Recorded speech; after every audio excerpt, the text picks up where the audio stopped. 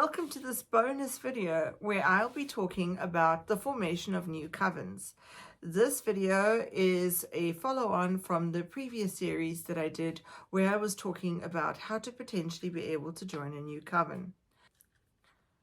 The first thing is be bold. Ask for what you want. There is no 12 easy steps to becoming a witch. We are not going to testify or bang at your door and proselytize and try to convert you to witchcraft. What this means is that you are going to have to ask for what you want. You are going to have to ask for what your desire is because you need to be the one driving the process. You need to have the thirst and the drive to get the occult knowledge. What some helpful initiates will do is make themselves known through social media and other online spaces. And they will essentially hang out a little shingle in order to talk about some of the things that they are interested in and to tell you a little bit about what they're doing. But nobody is going to beg you to join their group. You are a sovereign individual, and as such, you should be the one initiating the process and asking for what you want and asking the questions. If somebody on social media is putting themselves out there, obviously they are interested in answering your questions as well. I don't think that I personally have ever seen a member of the high priesthood or even a covener stand on a street corner handing out a pamphlet to spread the word of the good goddess. If somebody is out there and they are available for questions, then you should take that opportunity and ask as many questions as you want to, because they are very excited and willing to answer your questions if you ask. Before you decide to join a teaching group, talk to as many different people as you can and talk to as many different people in different traditions as you can.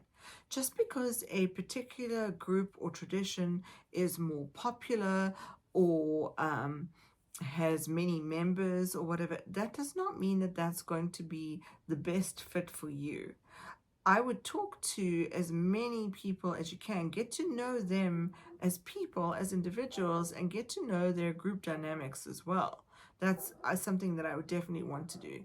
I know that there are quite a few members within our traditions who have been around the block once or twice and have joined other traditions, and often they would say they did that because they didn't have or didn't come at it from a perspective of informed choice. And so I think that it's important to have that perspective of informed choice. Get to know the tradition itself, get to know the people in the tradition, and that way you have a better understanding, a better perspective, and you can make the informed choices to decide what's going to be a good fit for you. And then I know that a lot of these people who have, including myself, who have been through other traditions and belong to other traditions, we are really much more appreciative of the traditions that we have, and we don't take them for granted. I think for as much that is out there in terms of pop culture and social media and people sharing bits of witchcraft on social media, there are actually very few covens who really hold a lot of knowledge and understanding. You will often find that there are cultures that would, that there are covens that would pop up and then just disappear after a short amount of time. And that sort of goes back to the previous comment that I made about talking to as many traditions as you can to find out what traditions are well established and which ones have really had the test of time, which ones have the knowledge and the understanding. And when you find that, that's particularly rare, but to really grab onto that and to play a role in nurturing that as well. Many people will come into witchcraft without any real understanding of what the expectations are or what a coven actually is. So it's important for you to ask the questions to understand what are the expectations on you as the covener, and also what are some of the expectations that the tradition may even have on you? Then also think about things like, what does it mean to be part of a community? Because often we really don't know until we ask the questions. Now, earlier I talked about being realistic in terms of how much time, energy, and money you have as a member of the High Priesthood. I think the same goes for advice for new Coveners. You need to be realistic about the amount of time that you have to commit to a coven, because when you eventually commit to a coven, you are committing for a very long period of time. So you need to make sure that you have the time available to attend classes, coven meetings, social events, and so on that are related to the coven in order to be able to fulfill your role in the coven. Then you are going to need the energy to do that, and you are going to need the fortitude in order to complete your homework and do all the tasks that you are assigned. It's also important to have the resources and money available to be able to attend the coven and student meetings and teaching groups. Now, not money in terms of being able to or having to pay for your lessons, because in traditional witchcraft you're never going to pay for your lessons, but you are going to be expected very often to contribute to things like snacks or tea, or be asked to provide some supplies for the different things that you will learn. You are also going to need to provide your own transportation in order to get to your classes, because even if you have very generous and kind individuals in your teaching group, they may for an initial period of time be willing to give you a lift to the classes, but eventually that goodwill is going to run thin as well, especially if you're still at the early stages of being a student. So it's very important to make sure that you have those things to give. You also want to make sure that you are always on time for class. You want to make sure that you are able to stay for the duration of the class. There's nothing more frustrating or distracting for other students is when people are coming and going in the middle of a lesson. So make sure that you are able to commit to the amount of time that is required in order to do those things. Along with that is understanding the level of commitment that is required. You are not going to be a passive person in a congregation who just gets to show up for a service. You are going to be an active contributor to whatever activity you are going to be engaged in. So make sure you understand the expectations that are going to be placed on you. Now let's move on to the next section, where I'm going to be talking about some of the challenges that new Coveners may face. One of the first ones that I want to mention is the excitement of being able to one day actually join the coven and become a Covener. Often new students are so excited about the concept of joining a coven that they forget that the actual training process of becoming a student is going to be a fairly lengthy process. And so you're going to have some patience in this regard. Another aspect that might be challenging for you is understanding the culture of the specific coven, and maybe even understanding the social aspects of the coven. For me, at least, as an immigrant, and probably half my coven who are also immigrants, I think that those are some of the things that we struggled with, because we were not embedded in the culture of the country that we find ourselves in currently. So we still find some of the social, cultural things a little bit difficult to navigate. So that might be somewhat challenging as well. And along with that also comes the diversity. And diversity can come in many aspects. So that can sometimes be challenging for people, especially if you aren't familiar with different kinds of diversity. And so that might be something that you would have to apply some tolerance to. Many new Coveners find it difficult to navigate the social decorum and the flow within a coven, because often those things aren't spelled out to new Coveners. So when you are joining a coven as a new covener, ask the questions if you see something happening. And it could be something as simple as where to put your bags when you enter somebody's home for a class. Or if you are meeting in a community hall, do you take your shoes off? These are just very simple rules of decorum. Or is it appropriate to interrupt somebody who is teaching? Would it perhaps be better for you to raise your hand and then speak? Just very little bits of social decorum that may not be very obvious to you. And it's okay to ask for those things, but that may be a challenge for you when you are starting in a new coven. The other thing that goes along with that is that if you are a new covener in a new coven, you are only going to be a new covener in a new coven for a certain amount of time until new people come and join the coven. And in that case, you are not going to be the newest member of the coven, and you may be asked to take on the role of instructing people in terms of things like decorum and routine and how things work in the coven. One thing that almost everybody mentioned is the aspect of friendships within a coven. Now, when you are a new person and you enter into a coven, you may start to feel like the odd man out, or you may feel like the odd man out.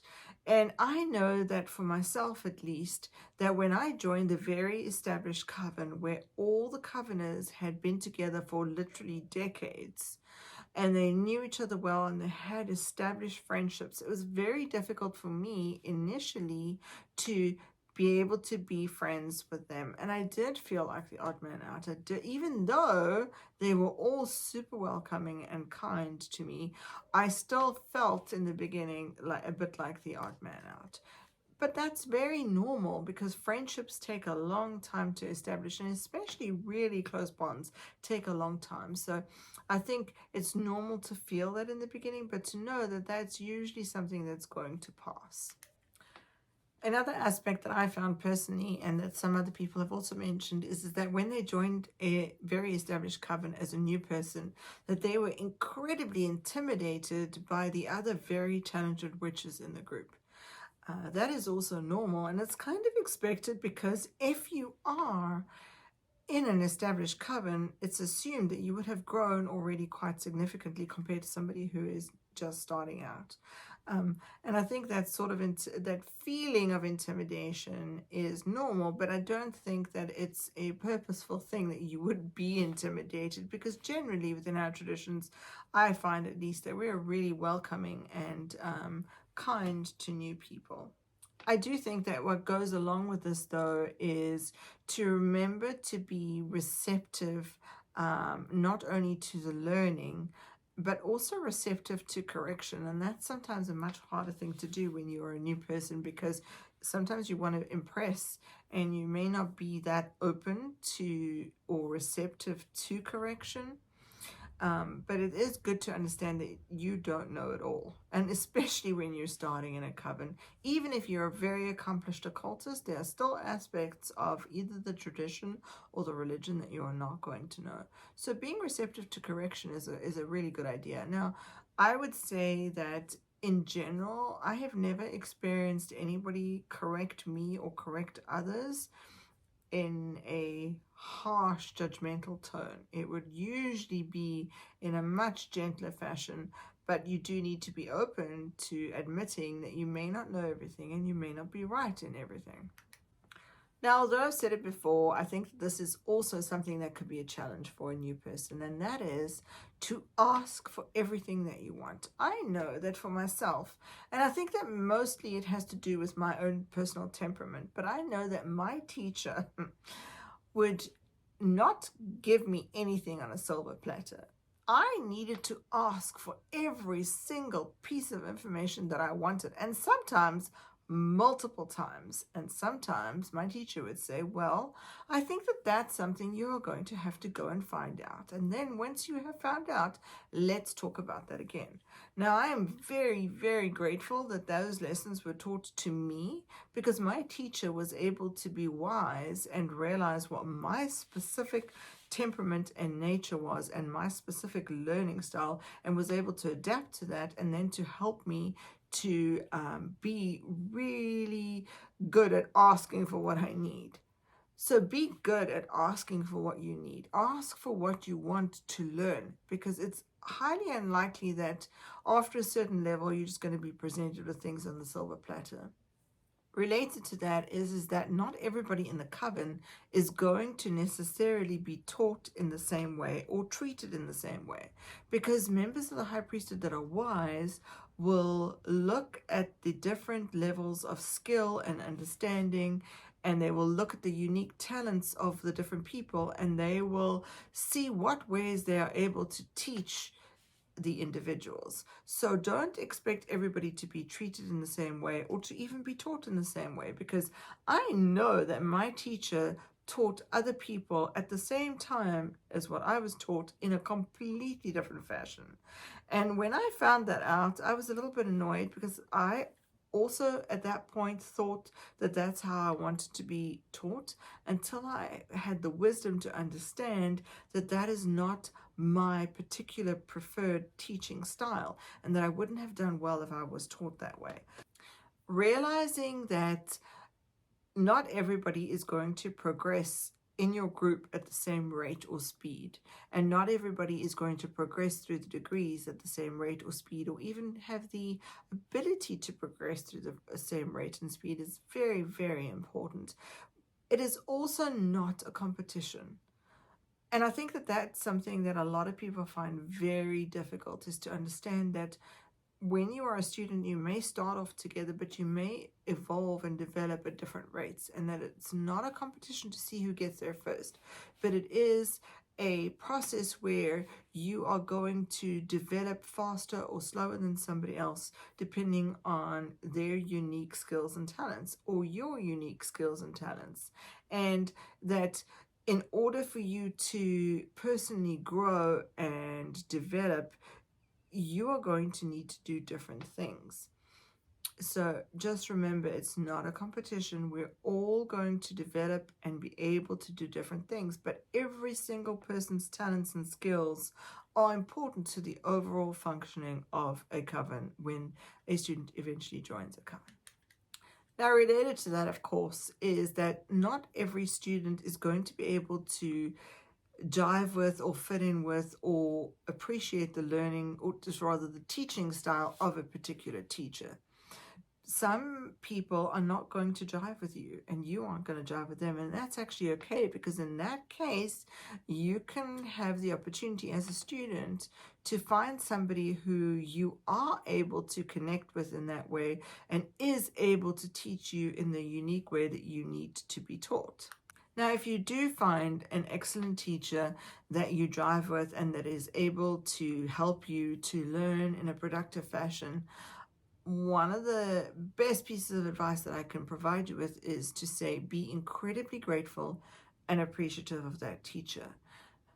Because not only have they spent an inordinate amount of time preparing the things and assessing you as a student and adapting the curriculum perhaps, or the learning to help you to be productive as a learner, they will spend an inordinate amount of time on things that would benefit you as a student. So be very appreciative, because if you think about it, when I talked earlier about some of the aspects of being in the high priesthood, you have to spend a lot of time as a member of the high priesthood answering a gajillion questions and being available for students. So be appreciative. And then if your teacher provides you with guidance and knowledge and experience, don't be stubborn about it. They have the experience and knowledge and understanding most of the time. Use that. Otherwise, you're wasting their time, and you're actually also wasting your own time. Now, if you have the privilege of joining a well-established coven that has many knowledgeable people in it, that's a really amazing experience. But what comes with that, though, is that the dynamics are often set at that time when you join the coven. So you might find that navigating those dynamics of those pre-existing relationships and roles a little bit more tricky. That doesn't mean that you can't navigate it, and it doesn't mean that over time that you'd be able to find your place in the coven, but it does mean sometimes that that could be a little bit tricky. Now, conversely, if you are in a brand new coven and a few of you might come into the coven together, then you have the opportunity to establish those roles yourself.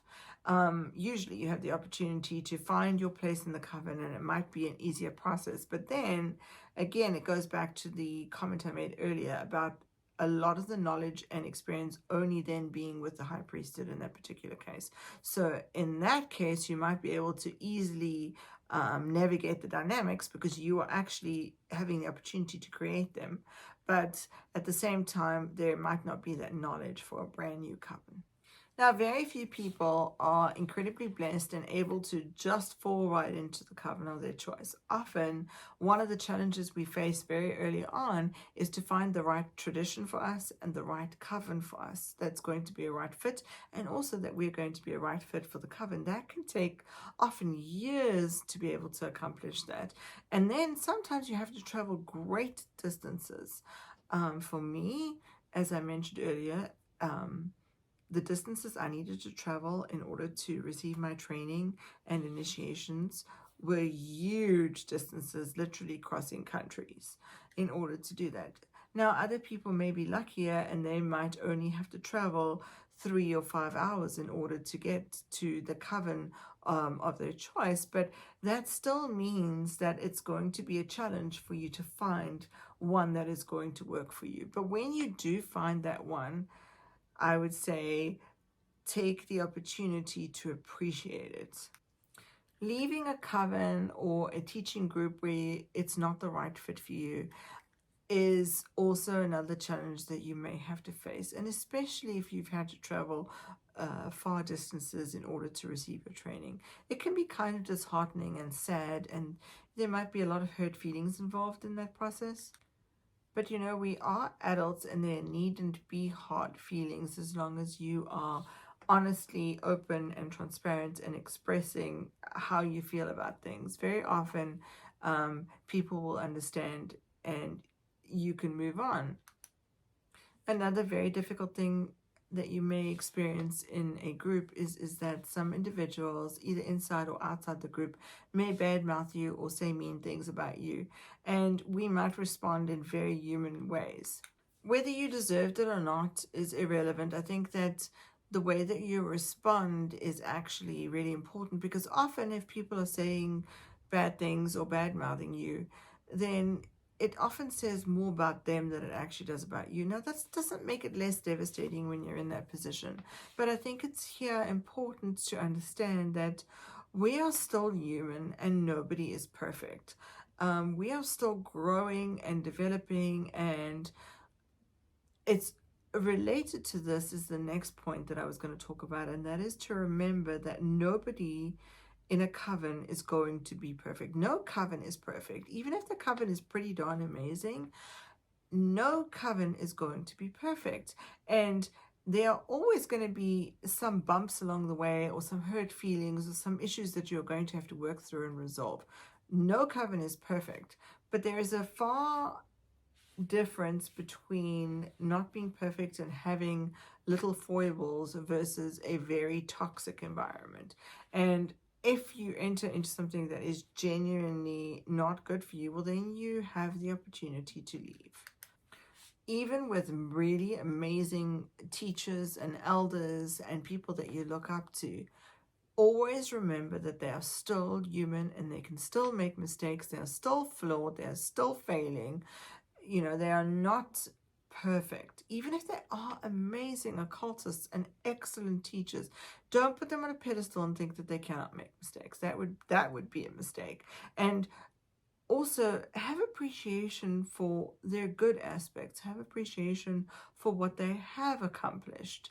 And there are so few amazing occultists in the world. It's worth your while to really appreciate them while they're still alive. Now, related to this is the very humanness of who we are in this incarnation. We are very human, and there might be times in our development that we feel unappreciated or not seen or not heard, or have some hurt feelings about something, or feel certain doubts about what we are doing and so on, and that's perfectly normal. These are little bumps in the road where we could actually overcome these things. And these little things are little things in the grand scale. Like, I think it's important to be able to distinguish between these little things versus something that is a very toxic environment or an abusive environment. Now, I've spoken about that in other videos where I have talked about looking at different guidelines or red flags that you might want to identify. But what I'm talking about here is just very human things where you may not feel appreciated as much or whatever. Being able to distinguish when it is something small and when it is abuse is a very important skill that you should develop. Along with this statement goes the concept or idea of the golden age, or the kumbaya and the happy joyful dancing in the forest with your fellow witches. A lot of people that I know, even in my own covens, came in with the concept that everything is going to be peaceful and harmonious and balanced and wonderful, and this great cloud of happiness is going to descend upon you when you are in the coven. That is a major illusion. That is not going to happen in a coven. Those kumbaya moments are fairy tales. They are not real life. There are always going to be personal challenges. There might be some hurt feelings or disagreements or little bits of a disharmony here and there that you have to navigate, because that's part of your process of growing as a human being. It's part of your process of growing as a spiritual being. It doesn't mean that you need to constantly be struggling in disharmony and misery or anything, but to think that everything is going to be perfect is a mistake, because it's not going to always be perfect. And sometimes you might even find, as you continue on your journey, that some of the disharmony or feelings or whatever are actually your feelings and things that you need to work on, and they're not actually coming from the outside, but rather from the inside. Sometimes when you have a disagreement with somebody or a little bit of hurt feelings, one of the first things that people will often want to do is run away and hide under their blanket, so to speak, or my teacher likes to use the phrase, take their ball and go home. And when you have these little disagreements, that's going to actually propel you to gain some skills in communication, in understanding, in tolerance, in fortitude. And it's a very immature concept if you have a little disagreement and you decide to take your ball and go home.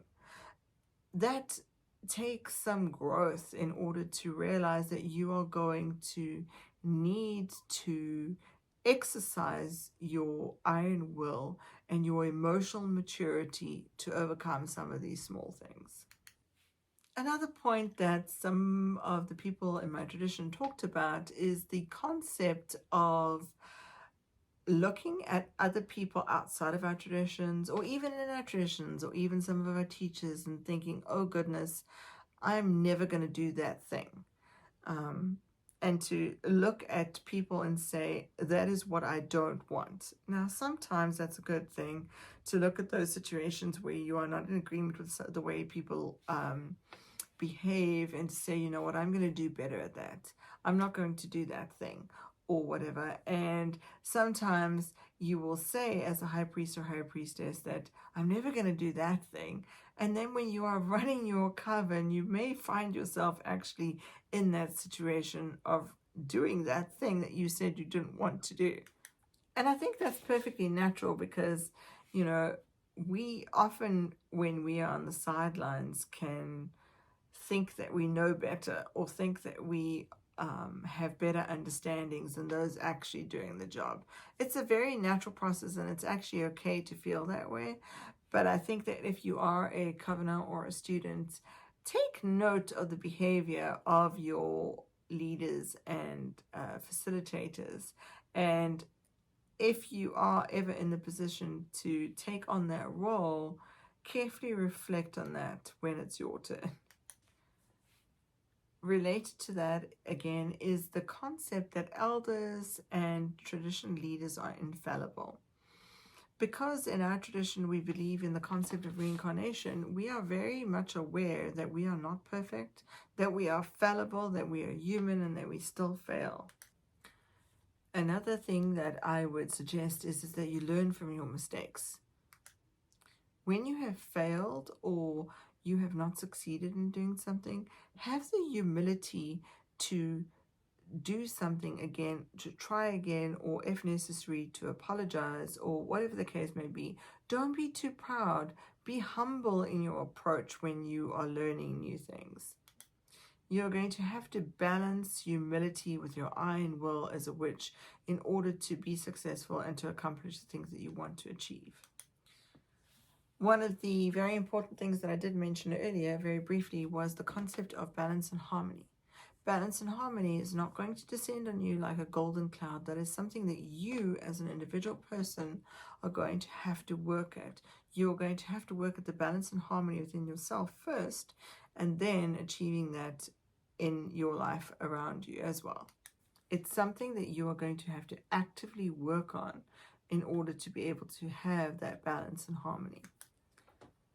Something to take note of when you are joining a new coven is that when you join a new coven, you may initially be able to receive some one-on-one teaching and classes, or individualized teaching and individual attention, and that's really amazing to have that opportunity. So that's definitely something that is a pro in the plus column when you are joining a new coven. The other part related to that I mentioned earlier is that you will have the opportunity to start to develop the dynamics of the coven as somebody coming into the coven as a new person. And now some extra thoughts to contemplate. Most of us in the High Priesthood, and also those in our traditions, would probably say that we are better versions of ourselves than we were when we started off. And a lot of this has to do with the amazing people that are in our traditions and our covens. They are inspiring, uplifting. They are our friends, and they have helped us to grow as individuals. And we probably in turn have helped them to grow as individuals. But the question you should ask yourself is, if you are not feeling inspired or motivated anymore, how can you be inspiring or motivating? What is your role in this process? Is there something that you can do to change that dynamic? And if you cannot, before you take that step of saying that you cannot change that, I would suggest that you talk to the coven leaders and perhaps even tradition elders and ask for their advice on the topic. Because very often you will find that as you change, everybody around you will also start to change. So it's also very important to look inside first before you look without. And that brings us to the end of this bonus video. I know it was a very long video, but I received some amazing contributions and thoughts from people in my traditions that I really wanted to share with you. I hope this is beneficial and has been informative. As usual, please like and subscribe and ask your questions in the comments below. Blessed be.